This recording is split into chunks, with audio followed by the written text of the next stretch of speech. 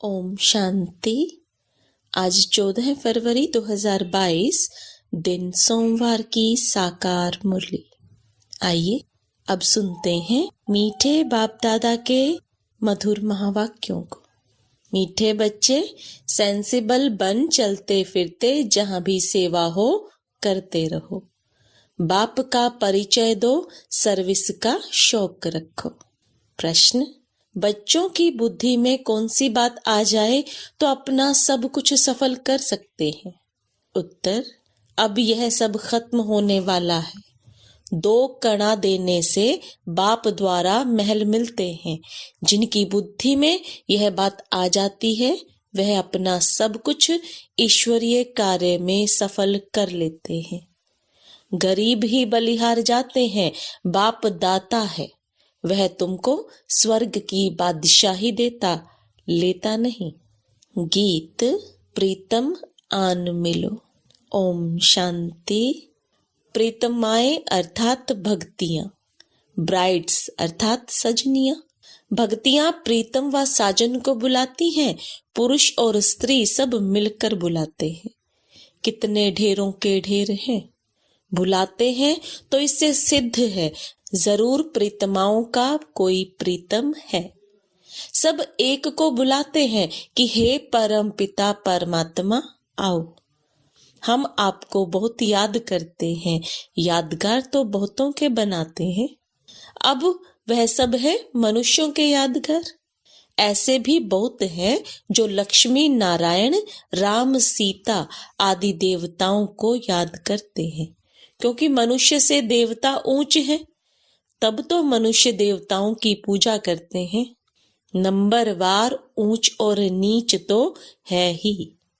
यह तो सब जानते हैं कि ऊंचे ते ऊंच भगवान को कहा जाता है। फिर है ब्रह्मा विष्णु शंकर, फिर है ब्रह्मा और जगत अम्बा। मुख्य वह है। यह तो सिर्फ बच्चों की ही बुद्धि में है कि ऊंचे ते ऊंच बाबा द्वारा हमको ऊंचे ते ऊंचा वर्षा मिलता है, परंतु उस बाप को जानते ही नहीं। जब बाप आए तब ही आकर अपना परिचय दे। बाप कहते हैं मैं तुम बच्चों के सिवाय और कोई से मिल नहीं सकता हूँ। बहुत आते हैं, कहते हैं महात्मा जी से मिलें। यहाँ तो वह बात ही नहीं। यहाँ बाप और बच्चों का ताल्लुक है। बाकी कोई का कुछ काम है तो और बात है। बाप मुरली भी बच्चों के आगे ही चलाते हैं।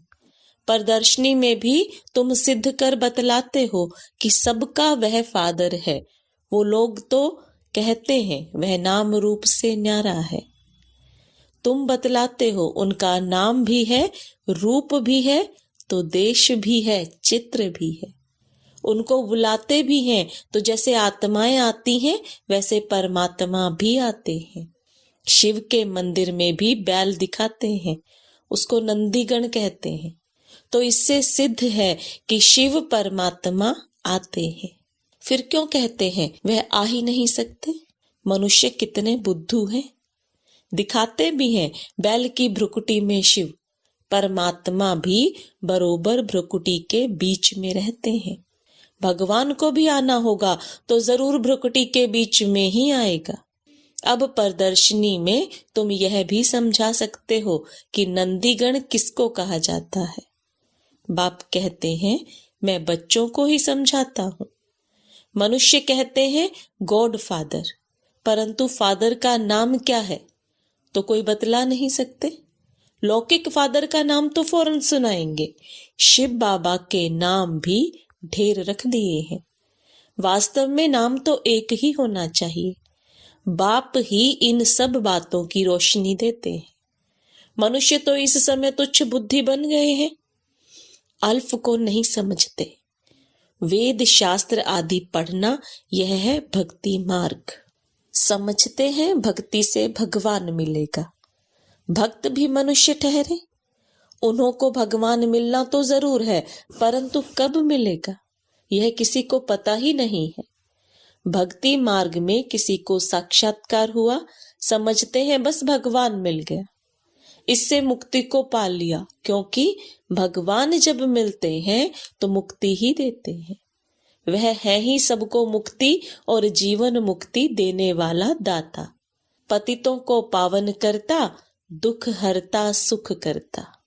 बाप तो है ही दाता, 2 कणे के बदले महल दे देते हैं, सारे स्वर्ग की बादशाही दे देते हैं। बाबा कहते हैं अब सब कुछ खत्म होने वाला है, इस कारण इस कार्य में लगाकर सफल कर लो, तुमको रिटर्न भविष्य में मिलेगा। साहूकार कोई बाप को पा नहीं सकते, बलिहार जा नहीं सकते, गरीब बच्चे ही बलिहार जाते हैं। अगर कोई सेंसिबल हो तो रास्ते चलते भी सेवा कर सकते हैं। चलते चलते पहले किसी का मित्र बन जाना चाहिए, फिर बैठकर ज्ञान सुनाना चाहिए। ज्ञान बिल्कुल ही सहज है, सिर्फ पूछो परम पिता परमात्मा का कब नाम सुना है। कितनी फर्स्ट क्लास बात है। परम पिता कहने से वह सबका बाप हो जाता है। जैसे बिच्छू नर्म चीज देखेगी तो डंक मारेगी, तुम भी यही धंधा करो, सबको राजयोग भी सिखलाओ तो सतयुग में प्रिंस प्रिंसेस बनेंगे, वहां तुमको गोरे बच्चे मिलेंगे। तो यह समझाना है कि बाप से वर्षा लेना है, इसमें सारी बुद्धि की बात है। बाकी साक्षात्कार तो कॉमन बात है, किसी को कैसे साक्षात्कार होता है, किसी को कैसे, वह भी एम ऑब्जेक्ट बतलाने के लिए। बाबा कहते हैं तुम मुझे याद करेंगे और पवित्र रहेंगे तो ऐसा पद पाएंगे। इकट्ठे रहकर पद पाना यह है बड़ी मंजिल। और संग टूट जाए एक संग जुट जाए, इसमें ही मेहनत है। सन्यासी तो सब कुछ छोड़कर चले जाते हैं, यहाँ तो इकट्ठे रहकर बुद्धि में रखना है कि यह पुरानी दुनिया खत्म हुई पड़ी है, हमको वापस जाना है, फिर हम स्वर्ग में जाकर राज्य करेंगे। अब पुरानी दुनिया का विनाश तो होना ही है, यह बुद्धि में रख पुरुषार्थ करना है। 8 घंटा इस याद की सर्विस में रहो। कोई कहते हैं यह कैसे हो सकेगा। भक्ति मार्ग में जो कृष्ण के भक्त हैं वह भी सब तरफ से बुद्धि को हटाए एक कृष्ण को ही याद करते होंगे। कोई राम का भक्त है, अच्छा राम को याद करो, राम की राजधानी को याद करो, सो भी जब निरंतर याद करे तब अंतमति सो गति होगी। राम को याद करके राम की राजधानी में जाए, यह भी मेहनत है। ऐसी मेहनत सिखलाने वाला कोई है नहीं। श्लोक भी है, अंत काल जो स्त्री सिमरे। अगर कोई सन्यासी है, गुरु है, उनको भी याद करना पड़े तो अंतमति सो गति हो। पहले पूछो कहाँ जाना चाहते हो। वापिस तो जाना है, परंतु कहाँ? क्योंकि भक्ति से ताकत नहीं मिलती जो एक से बुद्धि लगा सके। सर्वशक्तिमान तो एक परम पिता परमात्मा ही है ना, उनका ही पाठ नूंधा हुआ है। ऊंचे ते ऊंचा बाप है, उनको याद करो तो उनके देश में जाएंगे। सन्यासियों को तो देवता भी नहीं कह सकते, वह तो आते ही द्वापर में है। भगवान स्वयं आकर कहते हैं, बच्चे मुझे याद करो, और सृष्टि चक्र पर भी समझाते हैं, जिससे तुम चक्रवर्ती राजा बन जाएंगे। यह नॉलेज बाप ही समझाते हैं। चित्रों पर तुम समझा सकते हो। ऊंचे ते ऊंचा है निराकार भगवान, वह रहते हैं मूल वतन में, वह भी ऊंचे ते ऊंचा है। हम देवताएं भी वहां ही रहते हैं। सूक्ष्म वतन में सूक्ष्म देवताएं रहते हैं, वहां सृष्टि का चक्र है नहीं। फिर नीचे आओ तो लक्ष्मी नारायण के मंदिर में सबसे जास्ती भभका है। जगत अम्बा जगत पिता के मंदिर में इतना नहीं। जगत अम्बा का तो बिल्कुल साधारण मंदिर है, तुम लक्ष्मी का भी मंदिर देखो, जगत अम्बा का भी देखो, तो दिन रात का फर्क है। मनुष्यों को यह पता ही नहीं कि जगत अम्बा ही लक्ष्मी बनती है। तुम जानते हो यह भी अति साधारण है, तो उनके मंदिर भी अति साधारण ही बनाए हैं। तो चित्र भी साधारण बनाए हैं। जगत अम्बा को कहाँ काला भी बनाते हैं। अभी तुम जानते हो कि संगम पर हम यह राजयोग सीखकर भविष्य में कितने शोभनिक श्री लक्ष्मी श्री नारायण बनते हैं। लिखा भी हुआ है, ब्रह्मा द्वारा स्थापना सो तो ज्ञान से ही होती है, बाकी गऊ के मुख से अमृत आदि की कोई बात ही नहीं। कृष्ण को भी संगम पर बाबा वर्षा देते हैं। संगम होने कारण उन्होंने शिव के बदले कृष्ण का नाम लिख दिया है। अब तुम जानते हो जगत अम्बा ही लक्ष्मी बनती है और लक्ष्मी ही 84 जन्म ले जगत अम्बा बनती है। यह है ब्रह्मा का कुल। सो फिर बनता है दैवी कुल। दैवी कुल के फिर 84 जन्म लेते हैं तो अंत में आकर शूद्र कुल के बनते हैं। कितनी अच्छी अच्छी बातें हैं। धारणा नहीं होती तो कहेंगे डल हेड है।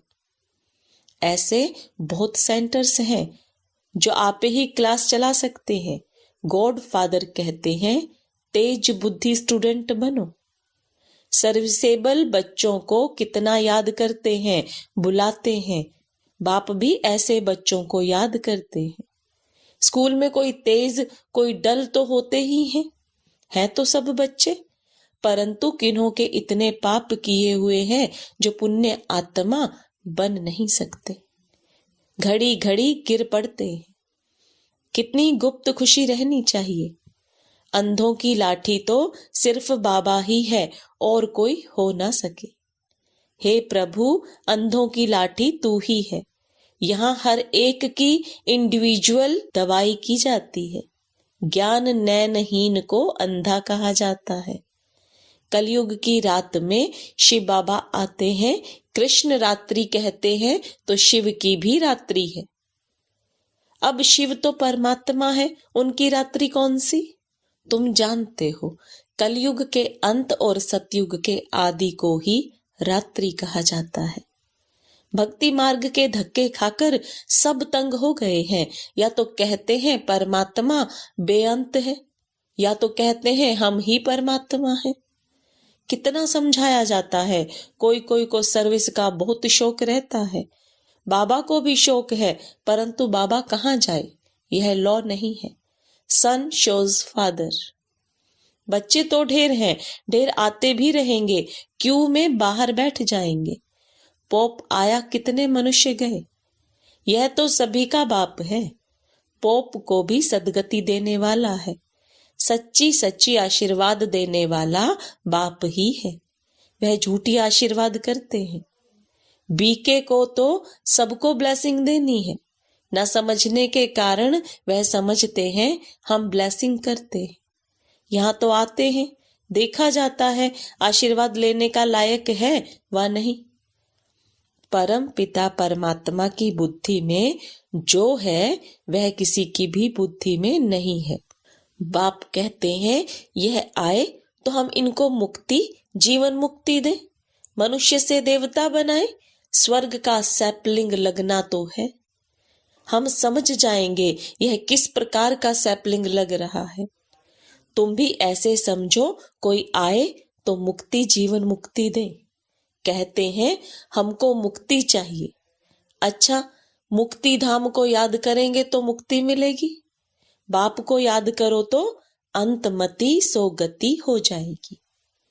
अच्छा, मीठे मीठे सिकिलदे बच्चों प्रति माता पिता बाप दादा का याद प्यार और गुड मॉर्निंग। रूहानी बाप की रूहानी बच्चों को नमस्ते। रूहानी बच्चों की रूहानी बाप दादा को याद प्यार, गुड मॉर्निंग और नमस्ते। धारणा के लिए मुख्य सार, कम से कम 8 घंटा इस याद की सर्विस में रहना है।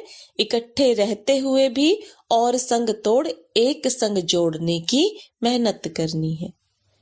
तेज बुद्धि स्टूडेंट बनना है, डल हेड नहीं। बाप समान अंधों की लाठी बन सबको मुक्ति, जीवन मुक्ति का रास्ता बताना है। वरदान, अल्पकाल के सहारे के किनारों को छोड़ बाप को सहारा बनाने वाले यथार्थ पुरुषार्थी भव।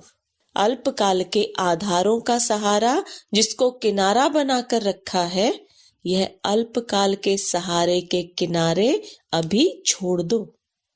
जब तक ये किनारे हैं तो सदा बाप का सहारा अनुभव नहीं हो सकता, और बाप का सहारा नहीं है इसलिए हद के किनारों का सहारा बना लेते हो। अल्पकाल की बातें धोखेबाज हैं। इसलिए समय की तीव्र गति को देख अब इन किनारों से तीव्र उड़ान कर सेकंड में क्रॉस करो, तब कहेंगे यथार्थ पुरुषार्थी। स्लोगन: कर्म और योग का बैलेंस रखना ही सफल कर्मयोगी बनना है। ओम शांति।